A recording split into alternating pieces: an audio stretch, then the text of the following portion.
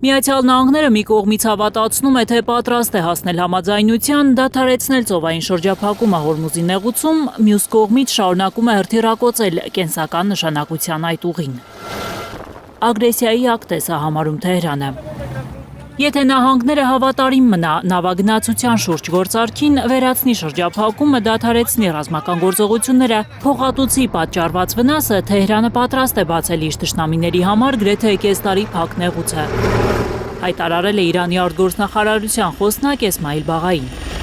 Մենք դեռ պատերազմական վիճակում ենք, նեղուցը չի բացվի այնքան ժամանակ, քանի դեռ Միացյալ Նահանգները շարունակում է ծովային շրջափակումը։ Հորմուզի նեղուցում անվտանգության վերահսկման նոր մեխանիզմներ են մշակվում։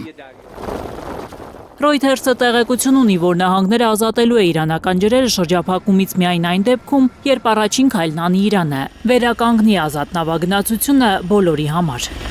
Իրանը կարևոր դեր կխաղա Հորմուզի նեղուցի կառավարման և նավագնացության անվտանգության ապահովման, այդ թվում ականազերծման գործում։ Իրանը և Օմանը համաձայնության են եկել ստեղծել անվտանգ նավագնացության ժամանակավոր երթուղի, մինչև երթևեկության նոր պլանի համաձայնեցումը։ Եթե նավագնացության գործարքը կայանա, դա արդեն հաղթանակ կլինի Միացյալ Նահանգների ղեկավարի համար։ The Wall Street Journal-ի տեղեկությամբ Դոնալդ Թրամփը հնարավոր է համարում Իրանի հետ հակամարտության ավարտն առանց միջուկային համաձայնագրի կնքման։ Շատ գործ կա անելու միջուկային համաձայնության հասնելու համար, նկատում է ԱՄՆ ղեկավարը, և դա հնարավոր չէ անել մինչև իր պաշտոնավարման ավարտը։ Թրամփի ցանկություններն ու գործողությունները կարծես չեն համընկնում։ Այսօր լրագրողներին ասել է Իրանի արտգործնախարարության խոսնակը, շեշտելով, որ միայն վերջին 24 ժամում Հորմուզի նեղուցում 4 պայթյուն է եղել։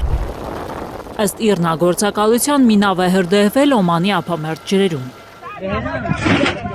Իրանի հոպը ամերիկյան անօդաչու է խոցել երկրի հարավում։ Սաուդյան Արաբիայում ամերիկյան ռազմական օբյեկտների են հարվածել Եմենի հութիները։ Ջիզան քաղաքում մի քանի թռիչք է չեղարկվել։ Գանա Մովսիսյան, Գագիկ Տեր-Ղազարյան, Հայլուր։